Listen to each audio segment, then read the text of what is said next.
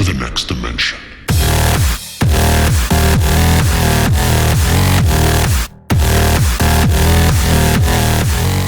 Hey guys, undercover dudes all from down under, and this is the first episode of Question and Answer with UCD. Now, this series where you guys ask me questions, I answer them, and I talk about, stuff about real life, YouTube, how do you make videos, stuff like that. Whatever questions you guys ask, I answer them, and I put them in a video with some awesome gameplay. Talking about the gameplay, you can see a bit of lag there, thank you Nexon, and I get a hit marker, or, no register, whatever you guys want to call it in the gaming community, and then for some reason, some steals may kill. Great way to start the match, but still, I'm playing a bit of rule start. I'm using M4A1, M416 CQB, and the L96A1. I do very good, 36 and 12. I'm playing, a bit defensively, a bit of rushing, but still, it's a really, really good game, and it's a new system that I'm doing. I use an overpowered weapon majority of the game. Wait a second, guys. One headshot, double headshot. Twitch, spray, M416, I look around, boom, I get that third headshot for the moldy kill. That's a triple headshot feed, just wanted to point that out. So I use M4A1 when I'm generally just wanting, get some general kills, not use a really overpowered weapon. Now, pretty much when my KDR is dropping, I'm doing really, really, really bad, I'm just getting owned and stuff, and I want to bring my KDR up, I'll pull out an overpowered weapon, G36C, M416 CQB, I'll pull out that, and I'll do some work with it, and get some kills to bring my KD up to a gameplay standard. Now, the L96A1 is just pretty much that weapon that I use, if I want to just get some long range kills. It's just kind of that, intermediate weapon for long ranges. Now let's get straight into the questions. The first one's from Corbin 52296. Now his question is, what kind of computer do you have and where did you get it? Now pretty much my computer's an Asus Aspire 775G. I bought it about 6 to 7 months ago and I got it from Harvey Norman. Now Harvey Norman isn't one of the best stores in Australia. They have really, really high prices, but they're great for haggling. They're like one of the best places. Like you can go there, and we got $300 off this laptop. And we got a case chucked in, and then we got antivirus chucked in, and then we got something else chucked in. And then we got like power adapters, so my computer wouldn't fry out if we had like a power shortage or power overload or whatever. So we got a good $200 worth of stuff chucked in, and we got it $300 cheaper. So we saved about $500. Really good if you want to get cheap computers, but you gotta learn how to haggle. My dad does a great job of that. So yeah, I got it. Great laptop. Does lag a little bit, but still, it's good for games like Combat Arms and free-to-play games. But for games like Battlefield 3, it isn't the best, just because I have to put everything on low settings because my computer can't handle it. It's a laptop. I've got it hooked up to a massive monitor, 24-inch. You might think it's not massive, but to me it is. It's awesome when I'm looking at it. Great HD screen and stuff. But pretty much majority of the time, it's lagging me a little bit, this screen, but it looks so awesome, so I'm just going to, keep it there, even though it does lag me a little bit. Now, the next question is from Wow is Very Bad. Now, his question is, would you ever do a dual commentary with one of your fans? Really depends. When I get bigger, like 20,000 subscribers, hoping, probably I'll do a couple of dual commentaries with fans. But at the moment, I'm not very big, meaning pretty much, why would I do a dual commentary when it's not really going to help you? I've only got 1,500 subscribers, and very much, a good lot of people of my subscribers watch it, but still, it's not that enough to make an impact if you're a up-and-coming commentator, so on, so on. Now, next one's from 3407669997. Now, can you tell us how and why you started getting involved with YouTube and started making videos? Now, I watched commentaries for a long time. I believe I started watching them in about 2009, 2010, which may not seem a long time, but a year is a long time. I started watching commentaries. I watched CNNers. I liked his videos. I watched a lot of other people. I think Shibby2142. Nah, he was way after I started YouTube. Nah, iPhone stuff for hires. Lots I can't come off the back of my head, but there's a lot of YouTubers that very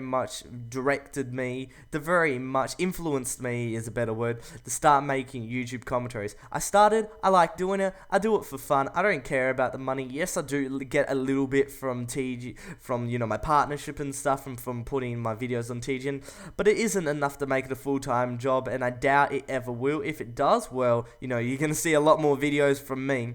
But still, majority of the time, I do this for fun. And really, not majority, the whole time, I do this for fun. And that's the only reason, really, why I do videos on YouTube. So I can entertain you guys, and I can, you know, have some fun making videos. So, oh no, I missed a comment. LaRouche, I can't even say your name. What is your favorite food? Chicken schnitzel. If you have not had it, and you're American or something like that, go and order it from your local pub or something. Is honestly the most awesome food ever created.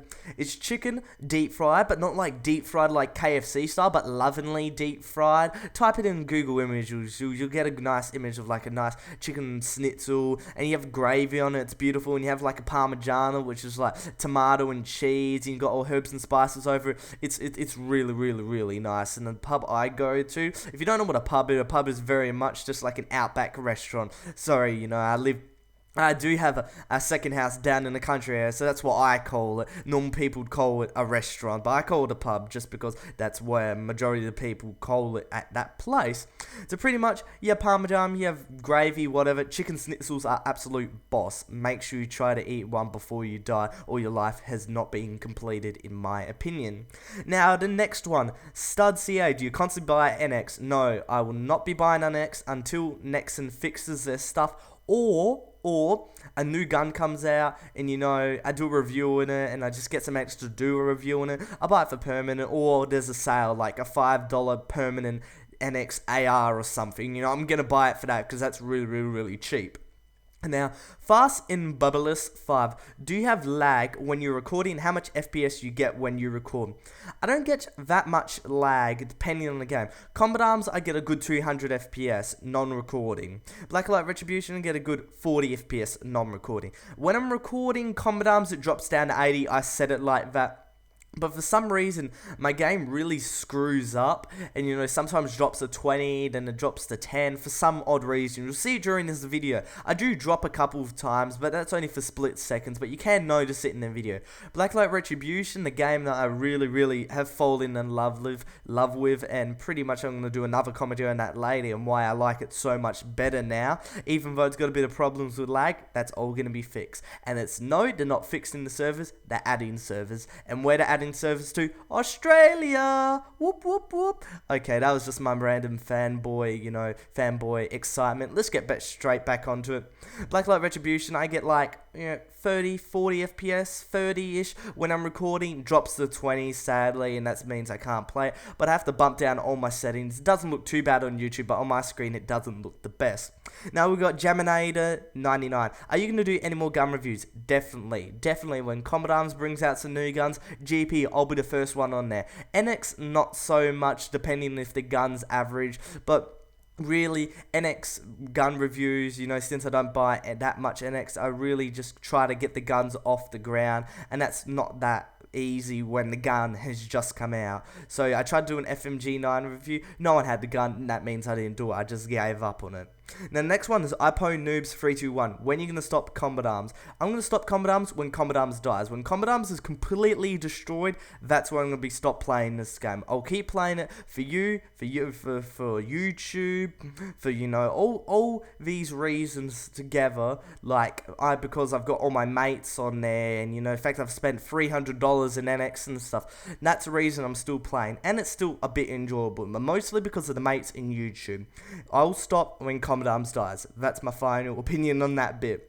Hardy's Rock 14. Hey UCD, I've been meaning to ask you about your feelings on Minecraft. Maybe a Let's Play or something. Thanks, and keep up the good work. Oh, thanks, Hardy Rock. And pretty much, I'm not gonna do, you know, Minecraft stuff. It's just, you know, it's just too many people do it. So oversaturated. I'll keep my free-to-play games. Even though Minecraft is a very, very good game, it's just too oversaturated for me to, you know, make a dent into it. Like Combat Arms, people know me for Combat Arms. Who's gonna know me for Minecraft? Exactly. Angzenka X. What happened to the series You Choose I Use? That is being a bit slack on my part, but I'm going to be starting it up again. Do some more You Choose I Use series episodes, and it's going to be really awesome. Use some wonky kits and stuff like that. It's going to be coming back. Now we've got Lanked 1. Hey, I played with you once or twice. Here's my questions. What programs do you use for recording and video editing? Maybe you could put out a tutorial for us. I use Sony Vegas. I use Fraps. I did a Fraps tutorial about, I think I did a Fraps and Sony Vegas tutorial a while back. That's when my voice was like, hey guys, undercover dudes all the way from down under, man. I was like really monotone. I'll link in the description though, it's still a really good video. It's the same render settings I use at this very present day. So, you know, it's pretty good for like the quality you're seeing right now. And the last one, Boar223, why do you work with TGN? Pretty much, they're an awesome company. You know, the fact they brought me in, they got me partnership, they're the reason why I've got this many subscribers on YouTube. That's why I've got my fan base. That's the reason why I'm doing commentaries at the moment. Without TGN, I would be nothing. I would be zero. I would have way less subscribers, way less fans, would be making way less quality videos because I wouldn't know what to do. TGN has changed the way I do YouTube. Great way to end the video. But other than that, it's Undercover Dudes, all the way from down under, out.